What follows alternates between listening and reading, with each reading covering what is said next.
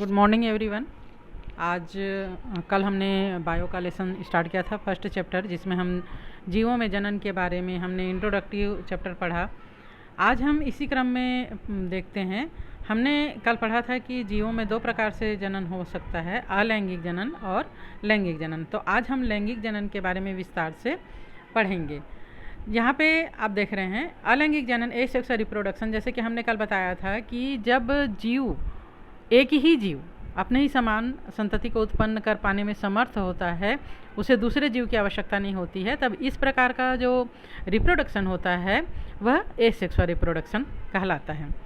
अब asexual reproduction में चूंकि दूसरे जीव की आवश्यकता नहीं है और कोई भी जीव जो है वो अपने समान संतति को उत्पन्न कर रहा है, मतलब संतति जो है वो बिल्कुल पेरेंट्स के समान यानी जनक के बिल्कुल समान होती है।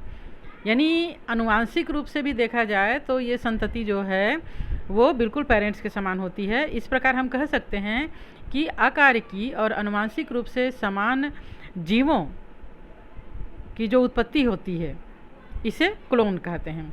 क्लोन मीन्स एक तरह के से फोटोकॉपी। जैसे कि आप लोग किसी पेपर का फोटोकॉपी करवाने जाते हो, जेरॉक्स कॉपी करवाने जाते हो, तो उसका सेम टू सेम कॉपी निकलता है हमारे पास, है ना। इसी प्रकार जीव भी बिल्कुल अपने ही समान, मतलब उसमें कोई भी चेंजेस हो, कोई भी विभिन्नता नहीं होती है, तब जीवों के लिए क्लोन शब्द इस्तेमाल किया गया है, याद रखिएगा। चलिए अब देखते हैं कि जीवों के विभिन्न वर्गों के बीच में जो अलैंगिक जनन पाया जाता है वो किस प्रकार होता है। तो जैसे कि हमने कहा कि एकल जीव और बहुत सारे पादपों में, मैक्सिमम जो अलैंगिक जनन है वो पादपों में एक्चुअल में ज़्यादा पाया जाता है। बाकी जीवों में तो जो प्रिमिटिव टाइप के जीव है, जो ज़्यादा विकसित जीव नहीं हैं, उनमें पाया जाता है। तो एकल जीव में, पादप में और जो साधारण जीव पाए जाते हैं, एकल जीव मीन्स एक कोश की जीव, है ना। तो इन सब में जो है वो अलैंगिक जनन पाया जाता है। इसमें जीव और एक केंद्र की जीव जैसे कि प्रोटिस्टा और मोनेरा में जो जनक कोशिका होती है वो विभाजित होकर नए जीवों को जन्म देती है। यानी कि कोशिका विभाजन से ही, कोशिका विभाजन को ही हम एक प्रकार से जनन की क्रिया मान सकते हैं। और इसमें बहुत से एकल जीव जो है वह द्विविखंडन से उत्पन्न होते हैं। जैसे यहाँ पे हम ईस्ट और अमीबा के बारे में देख पा रहे हैं। ये ईस्ट की एक कोशिका है जिसमें हमको केंद्रक दिखाई दे रही है। अब इसका जो एक सिरा है वो अलग होता है और केंद्रक जो है वो दो भागों में बढ़ जाता है और दोनों जो कोशिकाएं हैं अलग हो जाती है। तब ये जो है वो एक नया ईस्ट बन जाता है या जनक संतति ईस्ट बन जाता है। इसी प्रकार अमीबा में हम देख पा रहे हैं इसका केंद्रक विभाजित हो रहा है, दो केंद्रकों में बढ़ गया है और फिर ये जो है वो दो अमीबा में विभाजित हो गया है ना। तो इस प्रकार दो भागों में विभाजित होना द्विविखंडन कहलाता है। द्विविखंडन, बाइनरी फिजन कहलाता है। ऐसा जरूरी नहीं है कि द्विविखंडन के द्वारा ही कोशिकीय जीवों में रिप्रोडक्शन होता है, और भी अन्य विधियों के द्वारा इनमें रिप्रोडक्शन होता है।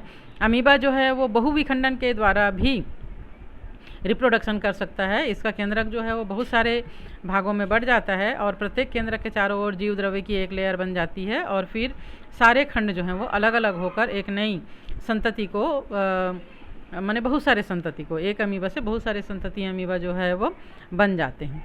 ठीक। नेक्स्ट प्रोसेस है कलिकायन या बडिंग।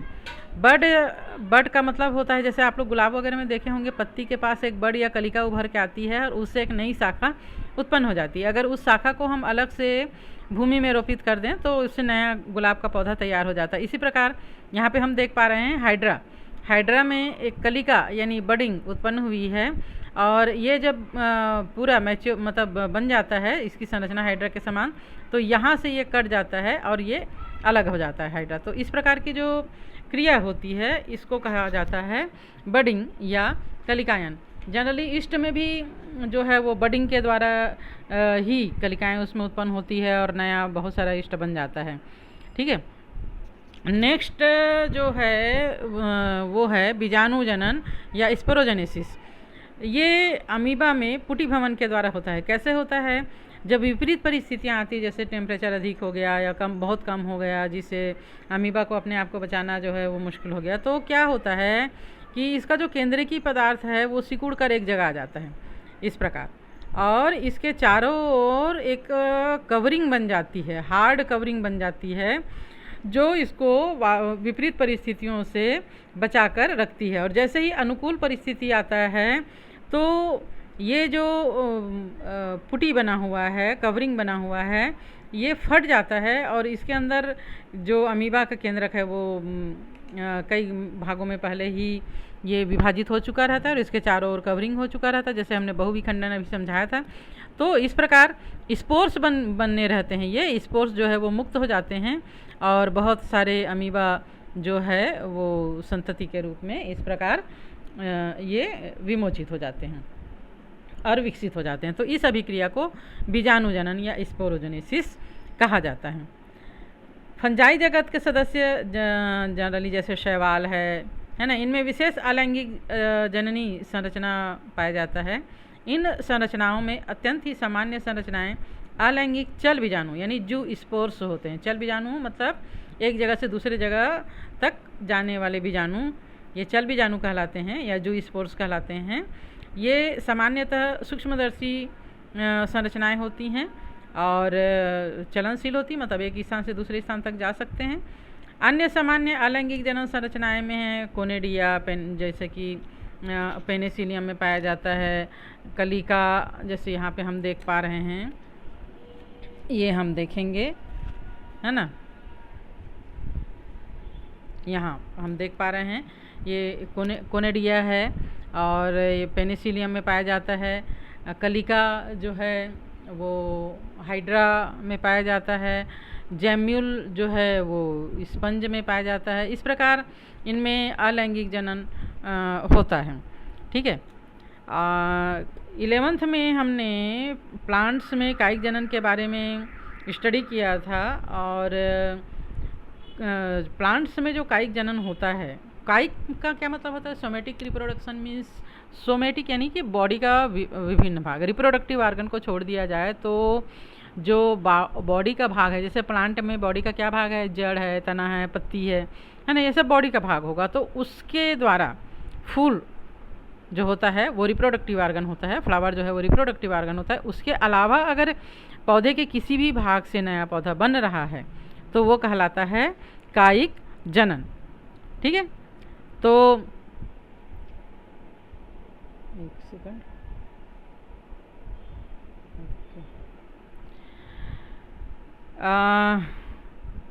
क्लोन शब्द कायिक जनन के उत्पन्न संतति के लिए उपयोगी है कि नहीं, ये सब हम देखते हैं, आगे पढ़ेंगे। जंतुओं और जो अन्य साधारण जीव है उनमें अलैंगिक शब्द का प्रयोग स्पष्ट रूप से, और पादपों में इस शब्द का प्रयोग जो है वो कंटिन्यू किया जाता है। पादपों में कायिक प्रवर्धन की जो इकाई होती है, जैसे कि ऊपरी भूविस्तारी मतलब सर यानी तना, प्रकंद यानी सरजोम है ना, और शकरकंद, बल्ब, भूस्तरी, ऑफसेट सेंट, ये सभी नई संतति को पैदा करने के लिए सक्षम होते हैं। ये जो संरचनाएं होती हैं वो कायिक प्रवर्धन या प्रोपेग्यूल कहलाती है। इन संरचनाओं के निर्माण में एक ही जनक होता है, दो जनक इसमें भाग नहीं लेते हैं, इसलिए ये अलैंगिक जनन का ही भाग होता है। कुछ जीवों में अगर शरीर के टुकड़ों को विभाजित कर दिया जाए तो प्रत्येक जो टुकड़ा होता है वो वृद्धि करके नए जीवों में विकसित हो जाता है, जो संतति उत्पन्न करने में सक्षम होते हैं, जैसे कि हाइड्रा। तो नेक्स्ट हमारा आता है पुनरुद्भवन। पुनरुद्भवन मतलब क्या होता है? बॉडी का कोई भी पार्ट अगर टूट जाता है, जैसे कि हाइड्रा है ना, ये हाइड्रा। ठीक है। अब इसको अगर हम इस दो भागों में बांट दें तो ये प्रत्येक जो भाग है वो नया हाइड्रा बना लेगा। अगर हम इसको यहाँ से काट दें तो ऊपर का भाग एक नया हाइड्रा बना लेगा, नीचे का भाग एक नया हाइड्रा बना लेगा। अगर हम इसको 3 भागों में बांट दें, ऊपर का, बीच का और नीचे का, तो ऊपर के भाग में नीचे का पूरा भाग बन जाएगा, नीचे के भाग में पूरा ऊपर का भाग बन जाएगा और बीच वाले भाग में ऊपर और नीचे का भाग बन जाएगा। इस प्रकार नया हाइड्रा बन जाता है। तो ये क्रिया कहलाती है पुनरुद्भवन। पुनरुद्भवन ऐसे भी होता है जैसे कि आप लोग स्टार फिश को जानते होंगे, स्टार फिश के बारे में पढ़ा होगा है ना। तो अगर हम इसकी एक भुजा को यहाँ से काट दें तो ये भुजा जो है वो पुनः बन जाती है। आपने छिपकली देखा होगा, लिजार्ड जो है वो, इसका पूंछ अगर कट जाता है तो इसका पूंछ जो है वो फिर से नया पूंछ जो है वो आ जाता है।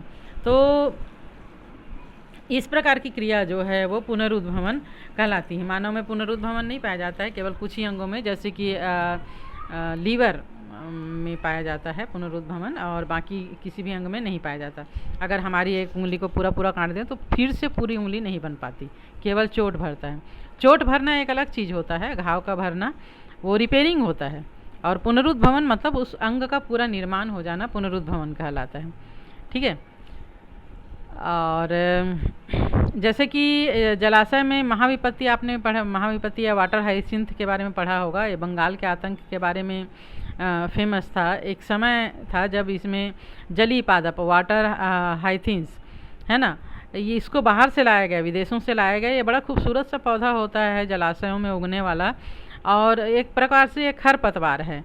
जिस जगह में इसको लगाया जाता है वो इतने तेज़ी से बढ़ता है कि पूरे जैसे मान लो एक तालाब में हमने इस वाटर हाइसिंस का एक पौधा ला के रखा, तो ये 1-8 महीने में ही पूरे तालाब को कवर कर लेता है अगर इसकी सफाई ना की जाए तो।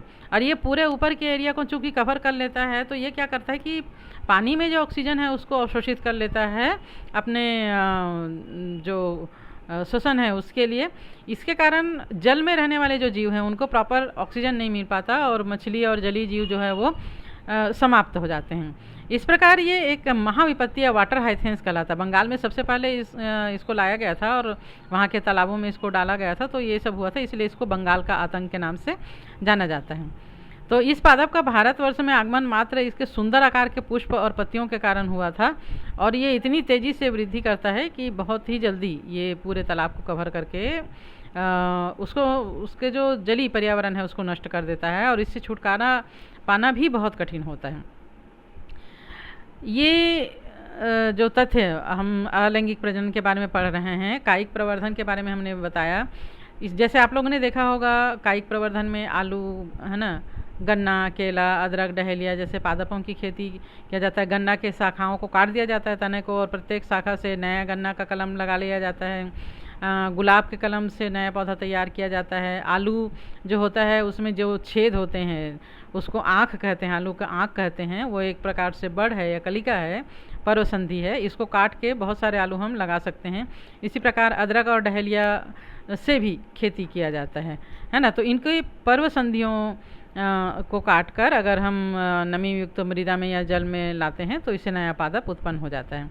इसी प्रकार आपने पत्थर चट्टा या ब्रायोफिलम के बारे में देखा होगा। इसके पत्तियों के जो कटा हुआ किनारा होता है, जैसे यहाँ पर हम देख पा रहे हैं, ये देखिए डायग्राम में, ब्रायोफिलम के किनारे से नया पत्ती स्टार्ट होता है और इसको नया पौधा तैयार हो जाता है। ये झड़ जाता है ज़मीन में और वहाँ पर नया पौधा तैयार हो जाता है। ये आलू जो देख रहे हैं है ना, कुछ दिनों तक आलू को अगर हम बाहर रखते हैं तो बरसात के दिनों में इससे जड़ें निकल जाती। जड़ नहीं है वो, एक्चुअल में कलिका है, बड़ है जो तने के रूप में हो जाती है।